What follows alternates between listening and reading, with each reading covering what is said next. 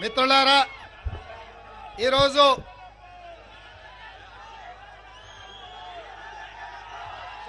Nizamabad parliament ఎన్నికల సందర్భంగా పెద్దలు జీవన్ రెడ్డి గారిని మీరందరూ భుజాల మీద ఎత్తుకొని పల్లకిలో మోసి పార్లమెంటుకు పంపించడానికి వేలాదిగా తరలి వచ్చి కాంగ్రెస్ పార్టీకి అండగా నిలబడ్డందుకు మీకందరికీ మనస్ఫూర్తిగా ధన్యవాదాలు, కృతజ్ఞతలు. మిత్రులారా, ఈ కార్యక్రమానికి జిల్లా పార్టీ అధ్యక్షుడు మానాల మోహన్ రెడ్డి గారి అధ్యక్షత,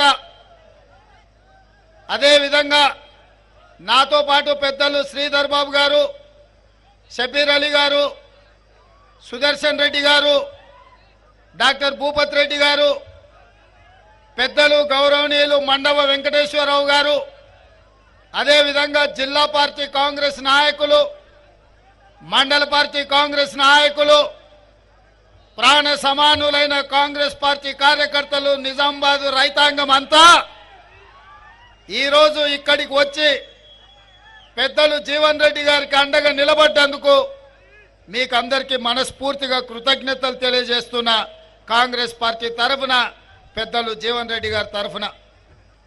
మిత్రులారా, నేను ఒక అంశాన్ని ఈ నిజామాబాద్ జిల్లా రైతాంగానికి గుర్తు చేయాలనుకుంటున్నా.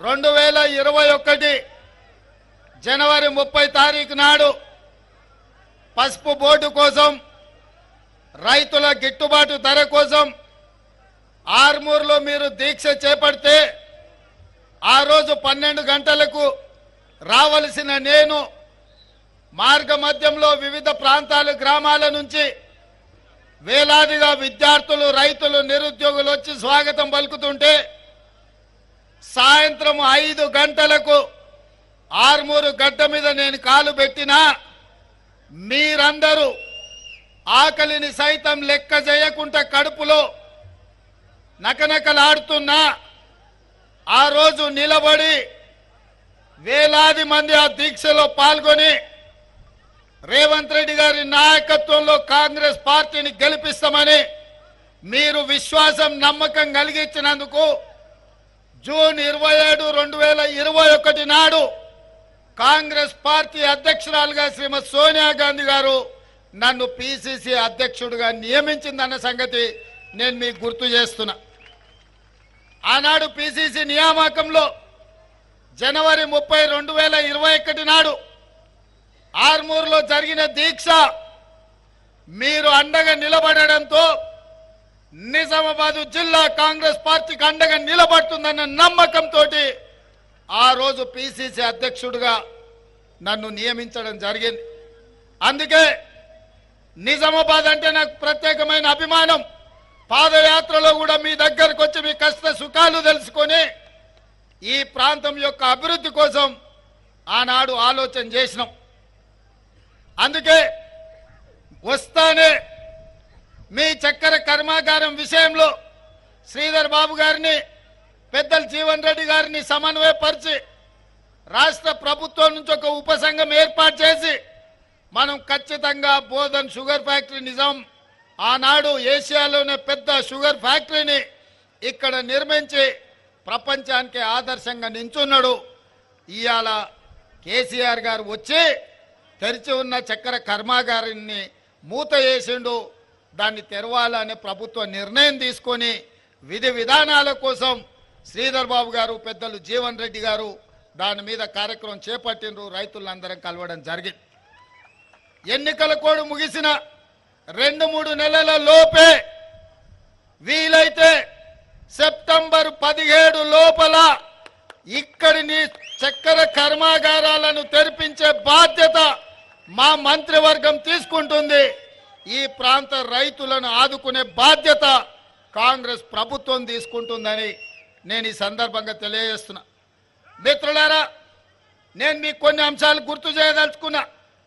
2004, 2009 మా అన్న మధు యాస్కిన్ మీరు ఎంపీగా గెలిపిస్తే పార్లమెంట్లో కొట్లాడి సోనియమ్మను ఒప్పించి తెలంగాణ రాష్ట్రాన్ని తీసుకొచ్చిండంటే మీ నిజామాబాద్ ఎంపీగా మిత్రుడు మధు యాస్కి గారు సాధించిన విజయం అని చెప్పి ఈరోజు నేను చెప్పదలుచుకున్నా.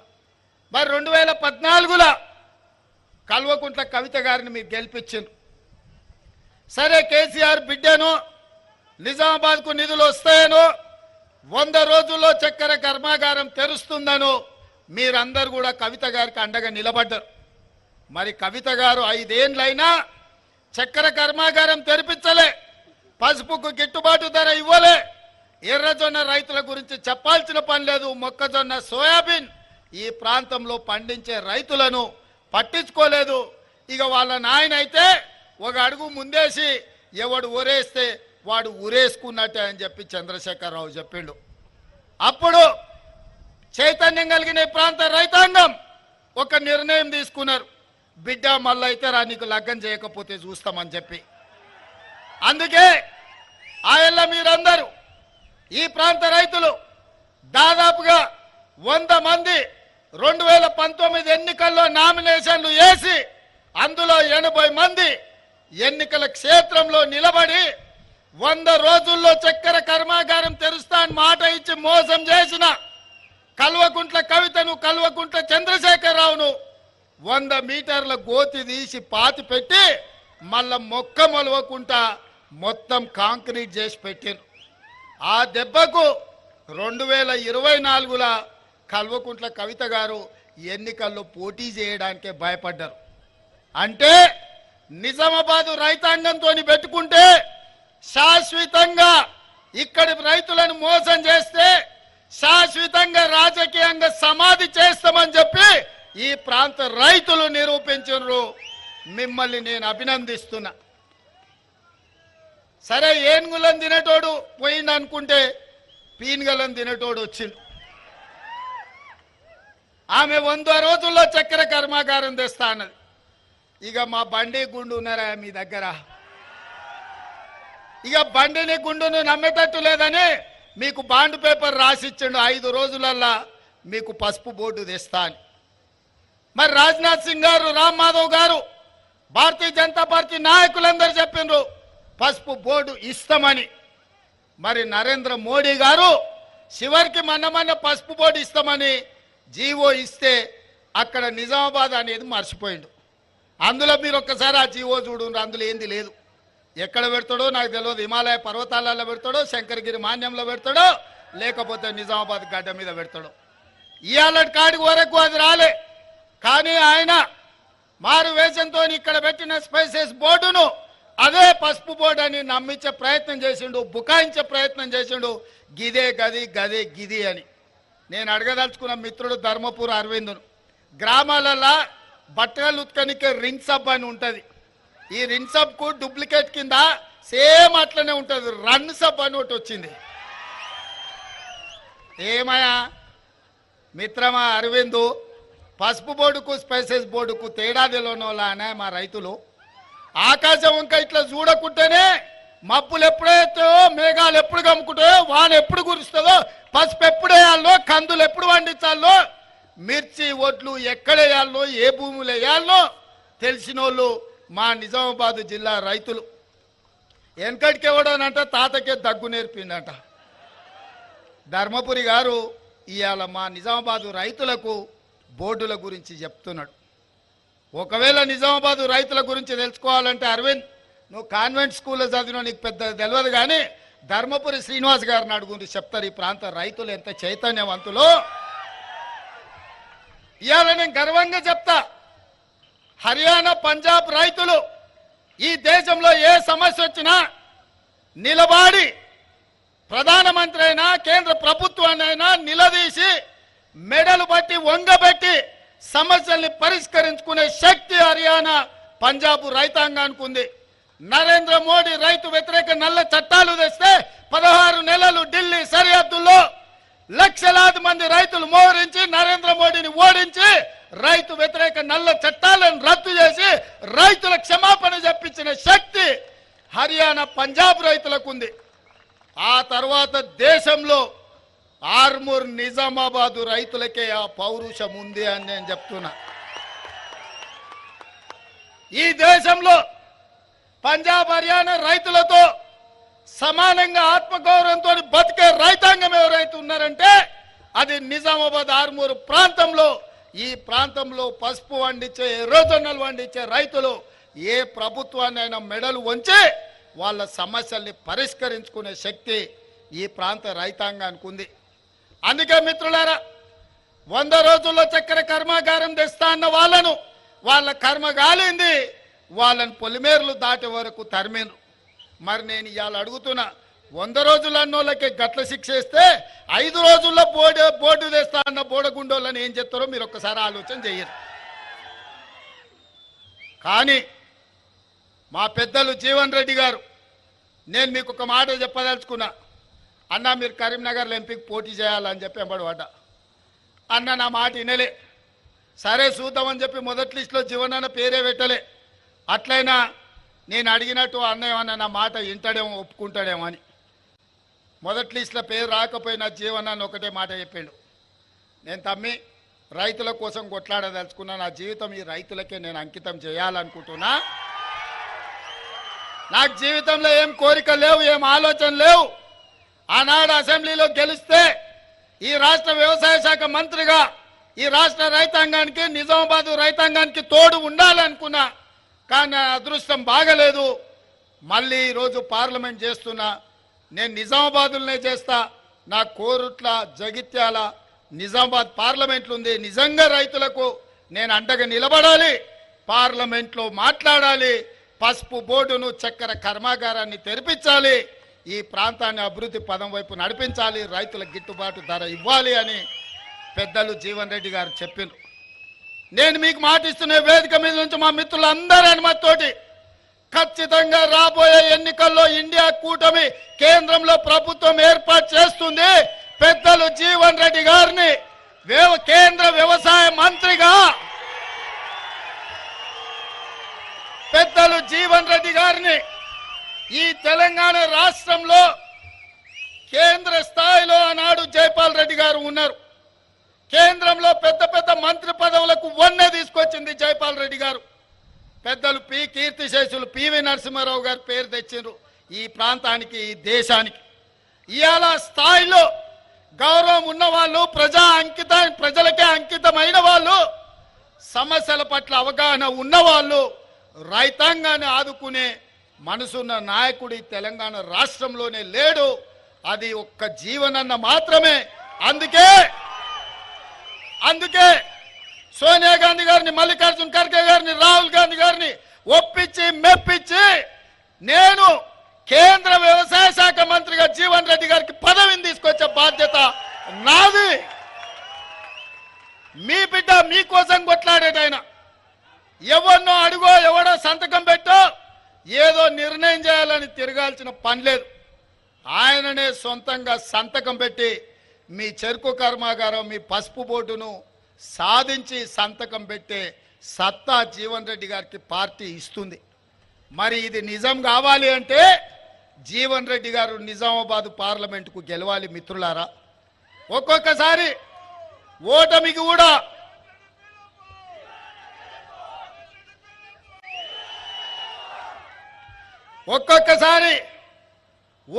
కూడా గెలుపులకు పునాదులేస్తాయి. నేనే ఉదాహరణ.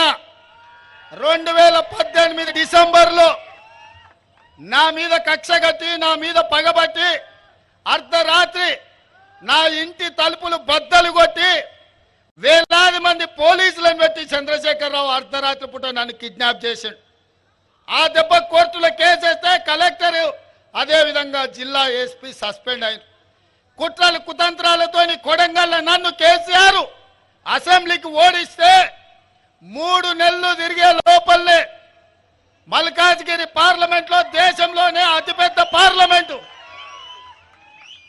నరేంద్ర మోడీ, అమిత్ షా పార్లమెంట్లు కలిపితే ఎన్ని ఓట్లుంటాయో అంతకంటే ఎక్కువ ఓట్లు, 35 లక్షల ఓట్లుండే మల్కాజ్గిరి పార్లమెంట్లో రాహుల్ గాంధీ నన్ను పార్లమెంటుకు నించోబెట్టాడు.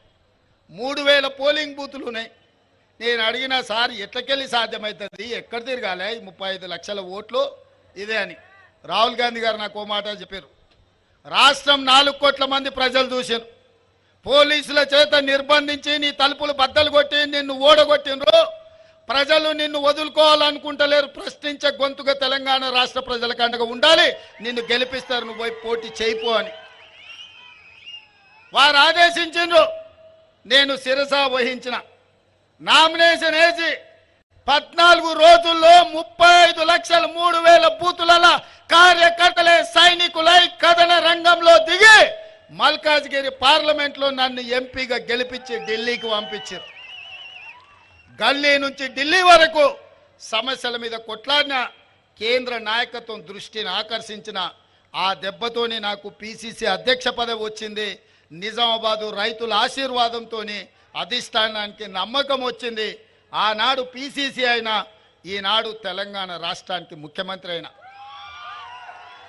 ఒకవేళ 2018 డిసెంబర్లో ఎమ్మెల్యేగా ఓడకపోయిన ఉంటే, ఎమ్మెల్యే గెలిస్తే గీన్నే మడుగులో చంద్రశేఖరరావుతో కొట్లాడుకుంటూ ఈయన్నే ఉండిపోతుంటేనేమో.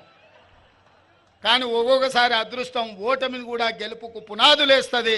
2018 ఓటమి 2023 డిసెంబర్లో ముఖ్యమంత్రి కావడానికి ఉపయోగపడ్డది. మిత్రులారా, నేను ఎందుకు ఈ ఉదాహరణ చెప్తుంటా అంటే, మొన్న జరిగిన ఎన్నికల్లో జీవనాన్న ఎమ్మెల్యే ఓడిపోయింది దురదృష్టం కాదు, అదృష్టమే.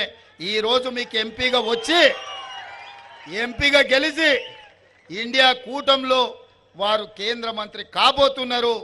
అందుకే ఈరోజు మీరందరూ గెలిపించండి.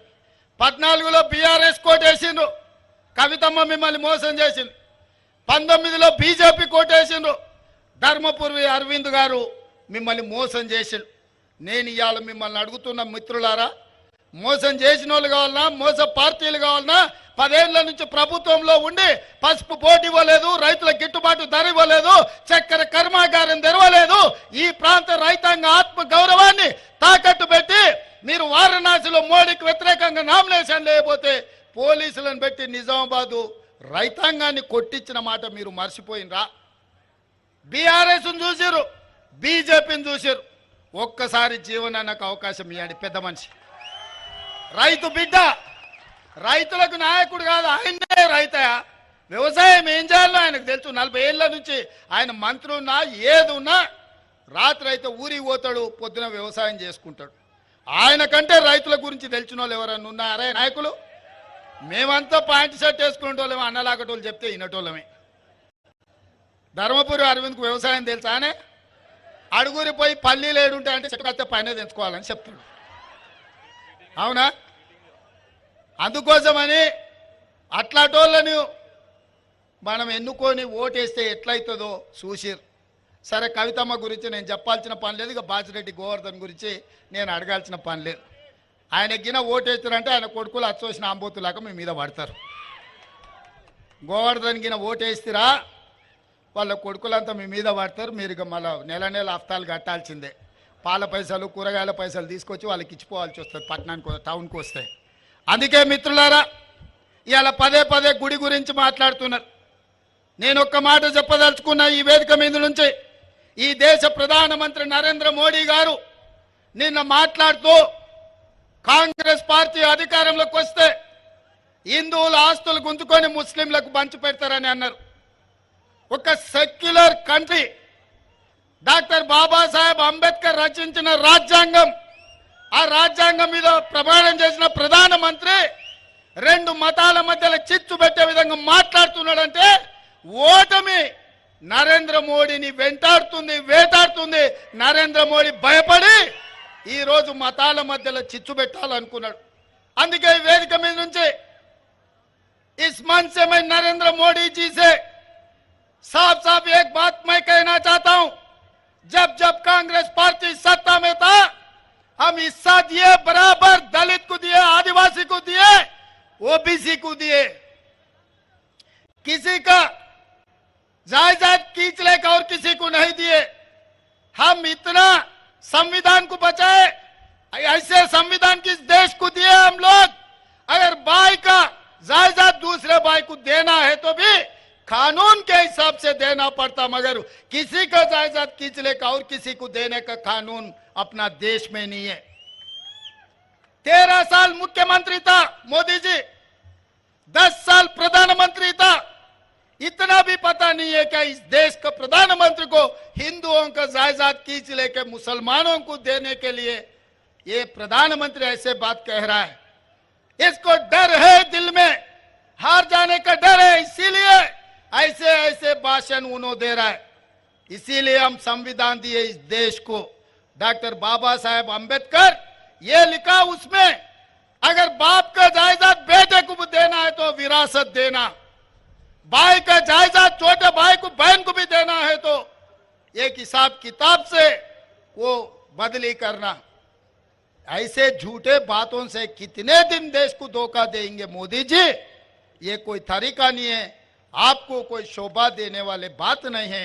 ऐसे बात मत कहो, ये देश के लिए సురక్ష नहीं। మిత్రులారా, హిందువుల ఆస్తులు ముస్లింలకు గుంజి పెడతారంటున్నారు.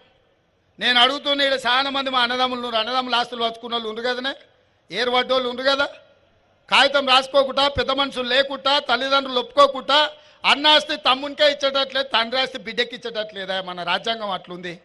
వీళ్ళ ఆస్తులు గుంజుకొని వాళ్ళకి ఇచ్చేటట్టు ఉంటుందా? ఈ దేశ ప్రధానమంత్రికి ఇట్లా మాట్లాడతాడా? ఇది పద్ధత?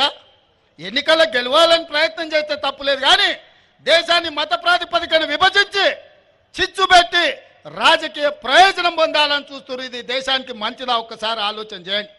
అశాంతి పెట్టేగి మన మధ్యలో పంచాయతీలు పెడితే ఈ దేశం కుప్పగూలుతుంది, ఈ దేశానికి తీరని నష్టం జరుగుతుంది. అందుకే భారతీయ జనతా పార్టీని ఓడించాలి, కాంగ్రెస్ పార్టీని గెలిపించాలి. ఇంకొక మాట కూడా నేను చెప్పదలుచుకున్న మా బీజేపీ మిత్రులకు, దేవుడు గుడిలో ఉండాలి, భక్తి గుండెల్లో ఉండాలి. మిత్రులారా, దేవుడు గుడిలో ఉండాలి, భక్తి గుండెల్లో ఉండాలి. పోలింగ్ బూతుల డబ్బాలల్లో కాదు మిత్రులారా. మీరు చేసే వ్యాపారం, మీ రాజకీయ వ్యాపారం, మీ స్వార్థం ఈ దేశ ప్రజలకు అర్థమైతలేదని అనుకోకండి. ఇంత దుర్మార్గం, ఇట్లాంటి ఆలోచన ఈ దేశానికి మంచిది కాదు. మన పెద్దలు డాక్టర్ బాబాసాహెబ్ అంబేద్కర్ ఈ దేశానికి రాజ్యాంగం ఇచ్చింది. ఒక సెక్యులర్, ఒక మత సామరస్యంతో కూడుకున్న పరిపాలనను అందించడానికి అవకాశం ఇచ్చింది. కేవలం మీరు గెలవడం కోసం ఇట్లాంటి కుట్రలు కుతంత్రాలు చేయడం ఈ దేశానికి మంచిది కాదు. ఇట్లాంటి ఆలోచన మానుకోండి. రాముడు మీకే కాదు, మాకు రాముడే. మా ఇంట్లో కూడా మేము రాముని కొలుస్తాం, విష్ణుని కొలుస్తాం, కృష్ణుని కొలుస్తాం. ఎంతోమంది దేవతలు ఉన్నారు. ఊర్లూరులో పోసమ్మ, మైసమ్మ, ఎల్లమ్మ, ఎంతోమంది దేవతలు ఉన్నారు. ఇవన్నీ మన సాంప్రదాయంలో భాగం. ఎవరి మత విశ్వాసం వాళ్ళది. నేను హిందువునని గర్వపడతా, ముస్లింలను, క్రిస్టియన్లను, సిక్కులను ఆదరిస్తా, గౌరవిస్తా. ముఖ్యమంత్రిగా నా బాధ్యత. మత సామరస్యం పాటించడం అనేది రాజ్యాంగం మనకు నేర్పిన, మన పెద్దలు తరతరాలుగా మనకిచ్చిన మన సాంప్రదాయం. ఊర్లలో పీర్ల పండుగ ఎవరయ్యా? మనం కాదా చేసేది? అలా వాడేది మనం కాదా? ఊర్లో ఏదైనా ఉండి చర్చిలో క్రిస్మస్ వస్తే 10 మందికి మనం సాయం చేస్తలేమా? మన గణేష్ నిమజ్జనం వస్తే ముస్లింలు మనకు అండగా నిలబడతలేరా హైదరాబాద్లో? ఇది మన సంస్కృతి, మన సాంప్రదాయం. దీన్ని కూడా రాజకీయాలకు వాడుకోవాలని బీజేపీ చూస్తుంది. మిత్రులారా, ఇది దేశానికి మంచిది కాదు. కాంగ్రెస్ ఎన్నో 50 ఏళ్ళ అధికారంలో ఉంది. అధికారం కాంగ్రెస్కు కొత్త కాదు, ప్రతిపక్షం అసలే కొత్త కాదు. కానీ ఇట్లాంటి విపత్కరమైన పరిస్థితుల్లో దేశాన్ని కాపాడాల్సిన బాధ్యత కాంగ్రెస్ పార్టీకి ఉంది. అందుకే ఈరోజు ఇందిరాగాంధీ గారి దేశం కోసం ప్రాణాలు ఇచ్చారు, రాజీవ్ గాంధీ గారి దేశం కోసం ప్రాణాలు ఇచ్చారు, సోనియా గాంధీ, రాహుల్ గాంధీ గారి దేశం కోసం పదవులు త్యాగం చేశారు. ఇక ఇప్పుడు త్యాగాలు చేసేది లేదు, కొట్లాడేదే ఈ దేశానికి రాహుల్ గాంధీని ప్రధానమంత్రిని చేసేదే అని చెప్పి నేను ఈ సందర్భంగా తెలియజేస్తున్నా మిత్రులారా. అందుకే ఈరోజు మీకు స్పష్టంగా 3 మాటలు ఇస్తున్నా. మీ చక్కెర కర్మాగారం తెరిపించే బాధ్యత మాది, కాంగ్రెస్ ప్రభుత్వం అని చెప్పి నేను చెప్పదలుచుకున్నా. అదేవిధంగా పసుపు బోర్డు కేంద్ర ప్రభుత్వం ఇవ్వాలి. ప్రభుత్వం ఎన్డీఏ ఓడి ఇండియా కూటమి గెలిస్తే పసుపు బోర్డు జీవన మంత్రిగా తీసుకొచ్చి మీకు ఇస్తాడు. లేకపోతే ప్రశ్నించే గొంతుకై మోడీ మెడల్ వంచి మీ పసుపు బోర్డు మా జీవనాన్ని తీసుకొస్తాడు. నాది పూచి అని చెప్పి నా మిత్రులకు చెప్తున్నా. అదేవిధంగా నిన్న మొన్న రైతు రుణమాఫీ గురించి మాట్లాడుతున్నారు, రైతు భరోసా గురించి మాట్లాడుతున్నారు. ఒరే సన్నాసులారా, తాతకు దగ్గు నేర్పాడు మా కథలు చెప్పకండి. వెనకటికెప్పుడో రైతు రుణమాఫీ మేము చేసినాం. రైతులకు బోనస్ ఇచ్చింది మేము. రైతులకు రుణమాఫీ, రైతులకు బోనస్ ఇచ్చిన మేము 100 రోజుల్లో 5 పథకాలు అమలు చేసే లోపల ఎన్నికల కోడ్ వచ్చింది. అందుకే ఇవాళ ఈ వేదిక మీద నుంచి మాట్లాడుతున్నా. బాసర సరస్వతి మందిరం మీద ఒట్టే చెప్తున్నా, 15 ఆగస్టు లోపల రైతాంగానికి 2 లక్షల రూపాయల రుణమాఫీ చేస్తుంది మా ప్రభుత్వం. నాది మా మంత్రివర్గానికి బాధ్యత. మీ రైతులకు రుణమాఫీ చేసి మీ రుణం తీర్చుకుంటాం. ఈ ప్రభుత్వం మీది. మీరు కష్టపడి కొట్లాడి మీరు గెలిపిస్తే వచ్చిన ప్రభుత్వం. ఈ రైతాంగం కోసమే ఈ ప్రభుత్వం ఉన్నది. ఈ రైతాంగాన్ని ఆదుకునే బాధ్యత మాది. ఇదే కాదు, ఆనాడు కేసీఆర్ ఊరేస్తే ఊరేసినట్టే అని మిమ్మల్ని బెదిరించి ఆయన మాత్రం ఫామ్ హౌస్లో 150 ఎకరాలలో ఒడ్లు వండించుకుంటే బండారం బయట పెట్టి బట్టలు ఇప్పదీసి బజార్లో నిలబెట్టిన కేసీఆర్. ఆ రైతులకు నేను మాట ఇస్తున్నా, ఎంతైనా వరి పండించుకోండి, 500 రూపాయల బోనస్ అదనంగా ఇచ్చి మీ ఒడ్లు కొనే బాధ్యత మా ప్రభుత్వానికి. ఈ గడ్డ నా తెలంగాణ కోటి రతనాల వీణ అన్న దాశరథి గడ్డ. ఈ నిజామాబాద్ గడ్డ ఇక్కడనే జైల్లో తెలంగాణ ఉద్యమానికి ఊపిరి ఊదింది దాశరథి గారు. నా తెలంగాణ కోటి రతనాల వీణ అని నిజామాబాద్ గడ్డ మీద నుంచి చెప్పారు. ఈ గడ్డ ఆనాడు ఎం నారాయణ రెడ్డి గారు మొట్టమొదటి తెలంగాణ ఉద్యమంలో క్రియాశీలక పాత్ర పోషించిన గడ్డ. ఈ గడ్డ సదాలక్ష్మి తన సొంత బంగారాన్ని అమ్మి తెలంగాణ ఉద్యమానికి అండగా నిలబడ్డ గడ్డ. ఈ గడ్డ జట్టి ఈశ్వరీబాయి ప్రాతినిధ్యం వహించిన గడ్డ. ఈ గడ్డ ఆర్గుల రాజారాం ఈ ప్రాంతం నుంచి పేదల తరఫున నిలబడి ఈ ప్రాంత అభివృద్ధి కోసం పనిచేసిన గడ్డ. ఈ గడ్డ పెద్దలు మండవ వెంకటేశ్వరరావు తెలంగాణ రాష్ట్రంలోనే నిజాయితీ గల నాయకుని చూపించండి అంటే నిటారుగా నిలబడి చూపించే మండవ వెంకటేశ్వరరావు గారు ఈ ప్రాంతం నుంచి ప్రాతినిధ్యం వహించిన గడ్డ. ఈ గడ్డ పెద్దలు సుదర్శన్ రెడ్డి గారు ప్రాతినిధ్యం వహిస్తున్న గడ్డ. ఈ గడ్డ డి శ్రీనివాస్ గారు అన్న చెప్తున్నాడు. డి శ్రీనివాస్ గారు కూడా కానీ కాకపోతే కొడుకు అక్కడ పోయి తానికి చెడ్డ పేరు తెచ్చాడు.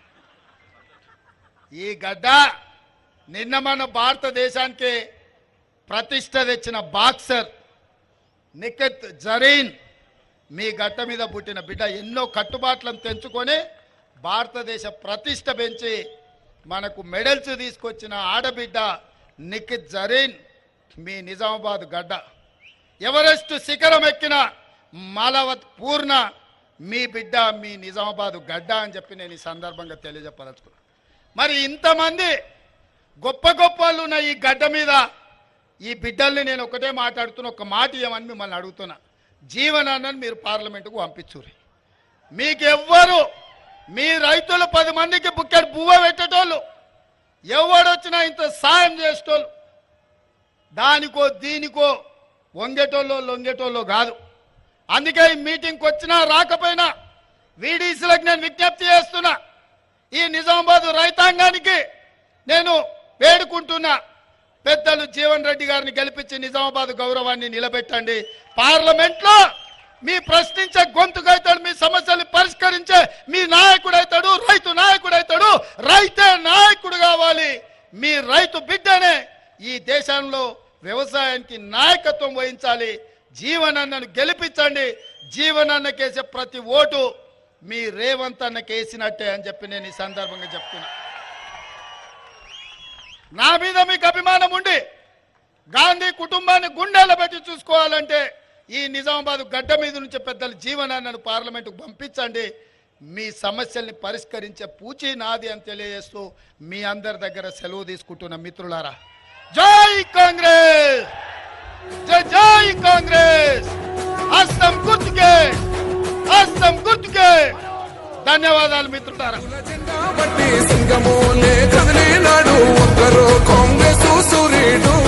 మన రేవంత్ అన్న నిగ్గదీసి అడిగే మునగాడు,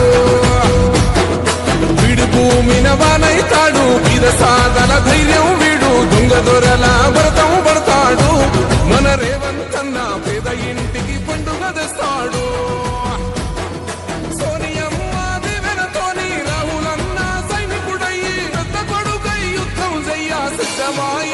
రేవంత్ అన్నా